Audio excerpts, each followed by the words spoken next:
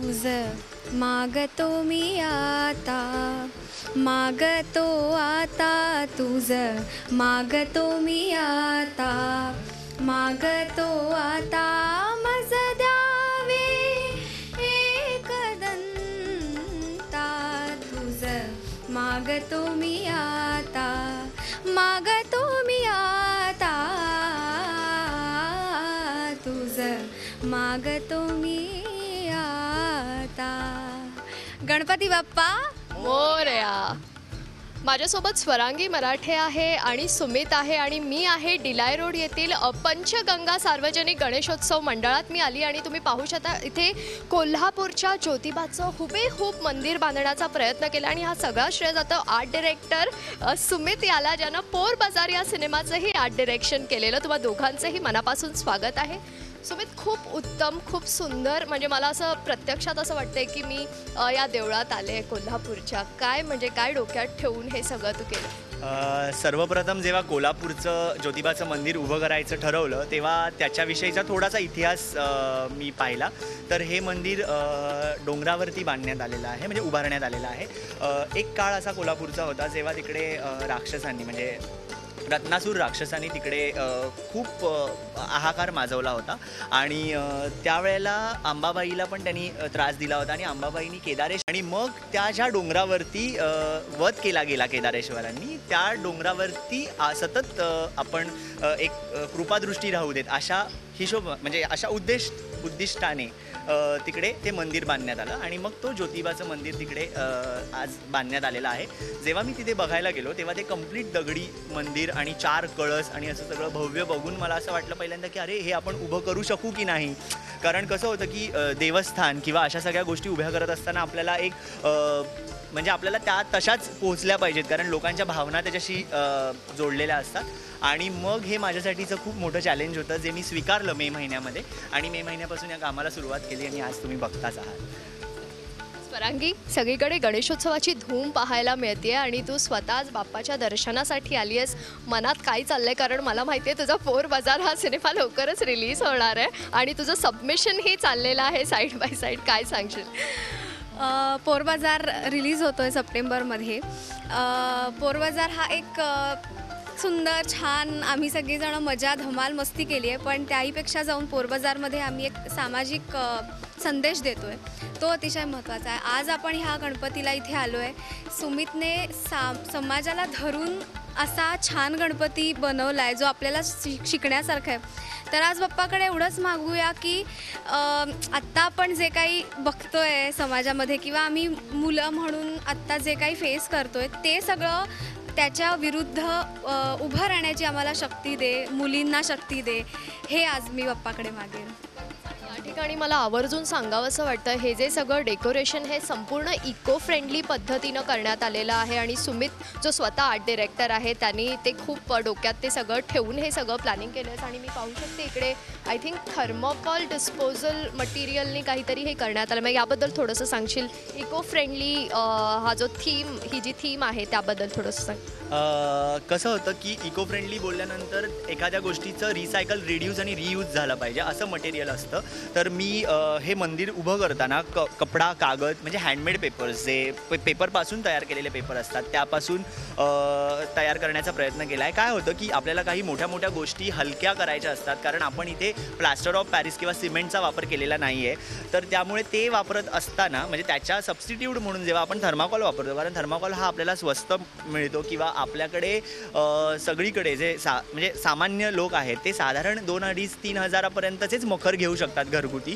तर त्यामुळे ते त्यांना थर्माकॉलच्याच मटेरियलमध्ये मिळू शकतात. आणि मग थर्माकॉलचं नंतर काय होतं की तो तसाच सेट निघतो किंवा तो मखर निघतो आणि आपण तसाच पाण्यात टाकतो किंवा आपण कुठेतरी तो टाकून देतो. तर त्याचं विघटन हा या प्रमुख म्हणजे मंदिराचं माझं वैशिष्ट्य असणार आहे. जसं की आमचा पोर बाजार नावाचा सिनेमासुद्धा एक सामाजिक विषय सांगतो. इथेही मी थर्माकॉलचं विघटन दाखवतो आहे, जे 2 पद्धतीने केलं जातं, ज्याला मला नॅशनल लेवलला आर्यभट्ट पुरस्कारही मिळाला आहे. त्याच्यात मी बेन्झिनचा वापर करून थर्माकॉलचं वॉटरप्रूफिंग कसं करू शकतो आपण गोष्टी त्या दाखवलेल्या आहेत. आणि ॲसिटॉन म्हणजे जे नेल रिमूव्हर असतं त्याच्यातही थर्माकॉल जातो आणि त्यातून लगद्यातून त्याच्यापासून माती तयार होते आणि त्या मातीचीच गणपतीची आम्ही मूर्ती तयार केलेली आहे.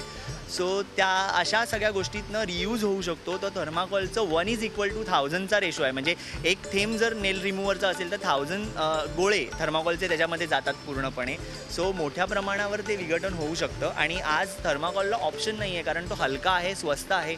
मग त्यामुळे आपण त्याचा वेआउट पण असा काढू शकतो आणि जो आपण काढण्याचा प्रयत्न मी केलेला आहे आणि तो ह्या पूर्ण प्रोजेक्टमधनं मांडतो आहे मी. सो असं समाजाला धरून करण्याचा मी इको फ्रेंडली गणपती करण्याचा प्रयत्न केला आहे.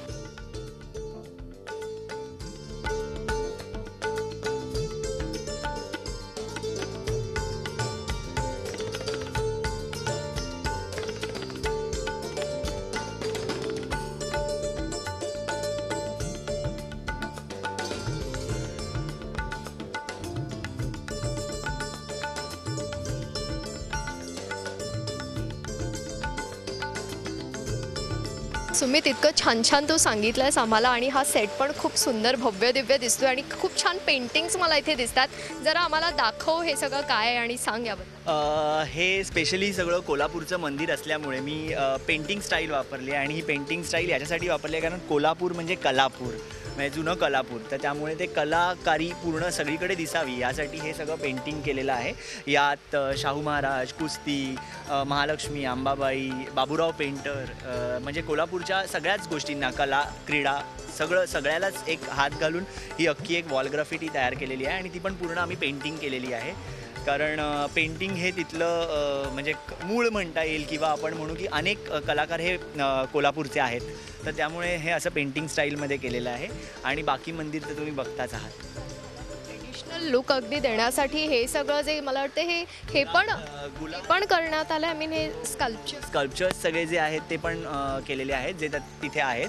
आणि मुळात तिकडे कसं होतं की लोक तिथे गुलाल आणि खोबरं उडवतात. तर त्यामुळे गुलाल हा सगळीकडे उडलेला तुम्हाला दिसत असेल आणि ते तिकडचं म्हणजे आपण म्हणतो ना प्रत्येक ठिकाणी एक वेगळं वैशिष्ट्य असतं. त्यामुळे सगळं हे आता गुलाबी होईलच अजून गणपतीत आणि लोकांनी गुलाल उधळायला सुरुवात केलेलीच आहे.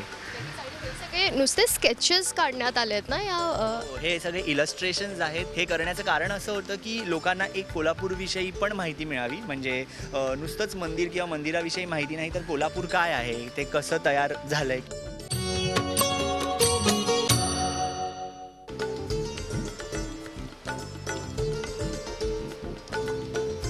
खूप छान अप्रतिम असं पेंटिंग काढण्यात आलं आहे. And look who is here, मनवा आणि सखील. या तुम्ही पण मला वाटतं या देवळात आणि या सेटमध्ये गुंतून गेलात.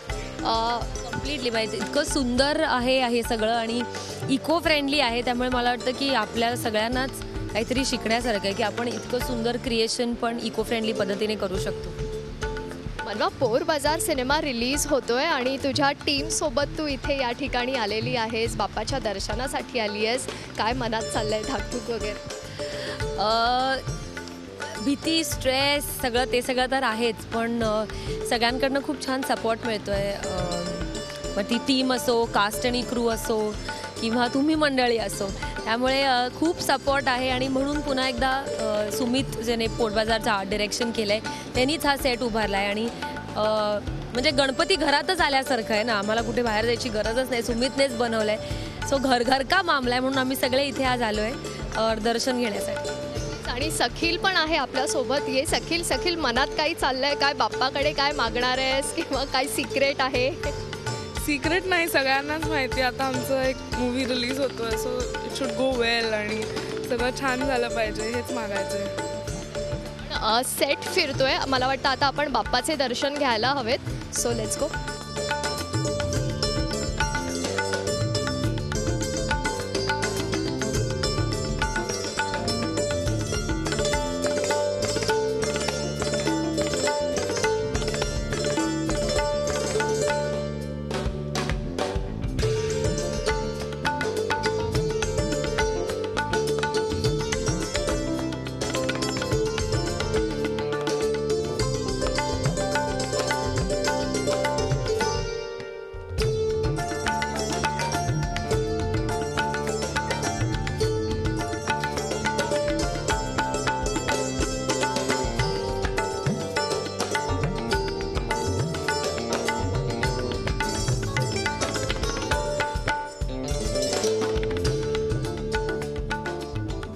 सुंदर मूर्ती आणि मला वाटतं तुझ्या थीमप्रमाणे या मूर्तीची ही निर्मिती करण्यात आली आहे. आणि सगळ्यात आधी तर मला हे इंटरनल डेकोरेशन हे पण खूप अप्रतिम आहे. याबद्दल थोडंसं सांगशील, कारण हे सगळं काही मला वाटतं इको फ्रेंडलीच आहे. इथे इको फ्रेंडली म्हणजे आम्ही कपडा आणि हँडमेड पेपर वापरलेला आहे आणि आतमध्ये जे पिलर्स आहेत म्हणजे ॲक्च्युअल मंदिरमध्ये पण ते सगळे पिलर्स हे सारखेच आहेत. म्हणजे सगळ्या पिलर्सची जी रचना आहे ती सारखीच आहे, कारण ते दगडाचे असून ते वरून कोरत आलेले आहेत. त्यामुळे ते बांधताना त्याचा जो वरची जी बाजू आहे त्याच्यामध्ये जास्त कोरीव काम आहे आणि खाली येताना ते प्लेन ठेवलेले आहेत, कारण त्यात तो पडू नये किंवा तो तुटू नये ह्याचं काळजी त्यांनी घेतलेली होती. तशी ती इथेही घेण्यात आलेली आहे. आणि आता तुम्ही मूर्ती पाहिलेलीच आहे, ती मूर्ती त्रिभुज आहे, म्हणजे त्यात 3 वेगवेगळ्या गोष्टींचा वापर केलेला आहे आणि आपली मूर्ती ही पूर्णपणे मातीची बनवलेली आहे. आणि ज्योतिबा हा घोड्यावरतीच बसून होता, त्यामुळे आमचीही मूर्ती घोड्यावर बसलेली आहे. आणि यात सगळीकडे कमानी ह्या खूप महत्त्वाच्या आहेत. म्हणजे प्रत्येक देवाला एक वेगळी कमान आहे आणि त्या कमानीत नाग आणि घोडे याचा डिटेलिंग आहे. तर ते प्रत्येक गेटना सुद्धा आहे तसं, तर ते इथे दाखवण्यात आलेलं आहे. वा, म्हणजे सध्या तू खूपच बिझी आहे. सिनेमाचं रिलीज चाललेलं आहे डेटवर, त्यावर वर्कआउट चाललं आहे आणि प्रमोशन चाललं आहेत आणि पोस्ट प्रोडक्शन चाललं आहे. तर एकूण बाप्पाच्या चरणी आज आली आहेस, स्ट्रेस रिलीफ होतो आहे, रिलॅक्स वाटतं आहे आणि काय मागणं आहे बाप्पाकडे? अगं खूप इनफॅक्ट छान वाटलं इथे. मला आता परत 2-3 गोष्टी रिअलाईज झाल्या की आम्ही जेव्हा पूर्वजाचं शूटिंग करत होतो तेव्हा अशी एकही गोष्ट नव्हती आर्ट डिरेक्शनमध्ये जेव्हा जी मी मागितली आणि सुमित नाही मिळाला, तो पटकन ते बनवायचा. म्हणजे एक भाड्याने आणणं कुठून तरी आणणं असं असतं, पण सुमित बनवायचा. आणि तसं तुला आता इथे दिसेल की इतक्या सुंदर प्रकारची अख्खं एक देऊळ उभं केलेलं आहे त्यांनी. आणि बारीक म्हणजे जसं एजंटा एलोरा वगैरे हे सगळे दगडातनं बनवले तसं पेपरमधनं बनवलेलं हे मंदिर आहे. आणि बारीक त्याच्यामध्ये छोट्या गोष्टींवर काम केलं आहे, कोरीव काम आहे, छोटे ठिकाणी गणपती बनवले आहेत, उंदीर आहे, डिझाईन्स आहेत. तर I think Sumit is very talented आणि खूप सुंदर पद्धतीने उभं केलं आहे. इथे आल्यावरच एक रिलॅक्सेशन आणि एक छान इमोशन निर्माण होतो. आपण म्हणतो वाईब महत्त्वाची असते आणि एखाद्या ठिकाणी गेल्यावर छान वाटायला पाहिजे, तसं इथे आल्यावर वाटतंय, सुंदर वाटतंय. आणि आम्ही आज तिघीजणी इथे आलो आहे. आय एम शुअर बाप्पाचे सगळे ब्लेसिंग्स आमच्याकडे असतील, सुमितकडे विशेष असतील. सुमितने हे बनवलं आहे सगळं आणि we are wishing for the best for पोरबाजार.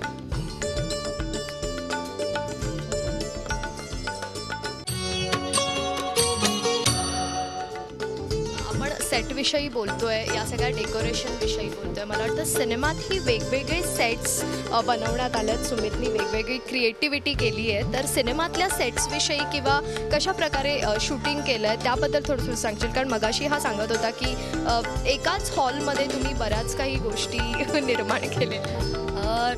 एक शेड्यूल आम्ही आउटडोअर केलं जिथे आम्हाला एक सेक्लुडेड भीतीदायक असं घर हवं होतं आणि सुमितने जे लोकेशन शोधून काढलं होतं तर मला असं वाटलं की ते लोकेशन आमच्यासाठीच बनवलं आहे की काय, इतकं ते परफेक्ट होतं लोणावळ्यामध्ये. तर तो कसा तिथे पोचला मला माहिती नाही, पण उत्कृष्ट लोकेशन त्यांनी शोधलं होतं. त्याच्यानंतर आम्ही जे स्कूल ऑफ आर्ट्समध्ये शूटिंग केलं. म्हणजे पुन्हा एकदा अशी वास्तू जिथे खूप पेंटिंग, स्कल्पचर्स सगळं आहे. ते जागा मिळणं सोपं शक्य नसतं, पण सगळ्या प्रकारचे प्रयत्न करून आम्ही तिथे शूटिंग केलं आणि तिथले स्कल्पचर्स, कलर्स, पेंटिंग्स ह्या सगळ्या गोष्टी आम्ही फिल्ममध्ये वापरल्या. एक बेसमेंटचा सिक्वेन्स आम्हाला करायचा होता, तर बेसमेंट तयार करायचं होतं. तर सुमितचा टॅलेंट म्हटला तसं त्यांनी अख्खं बेसमेंटचं काम केलं, ते बनवलं. जिथे जिथे कलर्स आणि डेप्थ क्रिएशन करायचं होतं ते त्यांनी क्रिएट केले. त्यामुळे ही इज व्हेरी टॅलेंटेड. वेगवेगळे प्रकारचे, आणि तुला माहिती आहे की आपण मराठी सिनेमाचं बजेट एवढं लाखो करोडो रुपयांचं नसतं की आपण 50 लाखाचा सेट बनवला वगैरे. तर अवेलेबल मटेरियलमध्येही परफेक्ट काहीतरी उभं करणं हे प्रचंड टॅलेंटचा भाग आहे. आणि आजच्या मला वाटतं जगाची गरज आहे की आपण इको फ्रेंडली वापरू. सो नुसती गणपतीची मूर्ती नाही तर उरलेलं सगळं इकडं म्हणजे कॉन्सेप्ट्स असतात इको फ्रेंडली, पण मटेरियल इको फ्रेंडली नसतं. तर इथे आपण ते सगळं वापरलं.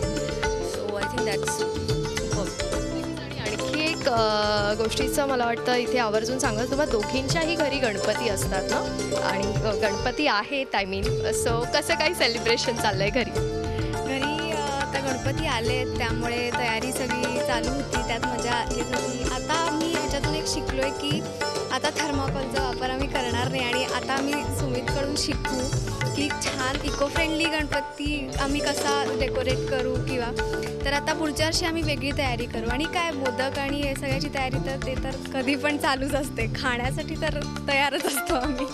सखील, तुझ्या घरी कसं सेलिब्रेशन?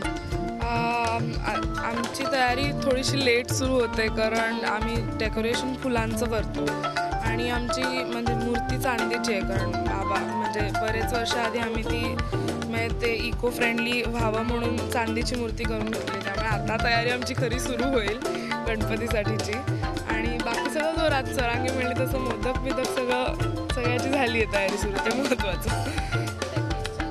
तुम्ही बाप्पाच्या दर्शनाला आलात आणि इतक्या प्रेमाने इथे तुम्ही व्हिजिट केलं त्याबद्दल खूप खूप धन्यवाद. आणि या सिनेमासाठी पोर बाजारसाठी तुम्हाला सगळ्यांना all the best. Thank you very much आमच्याशी इतक्या आपुलकीने बोलत. व्हिडिओ जर्नलिस्ट मंगेश वनेसह जयंती वाघधरे, झी मीडिया, मुंबई.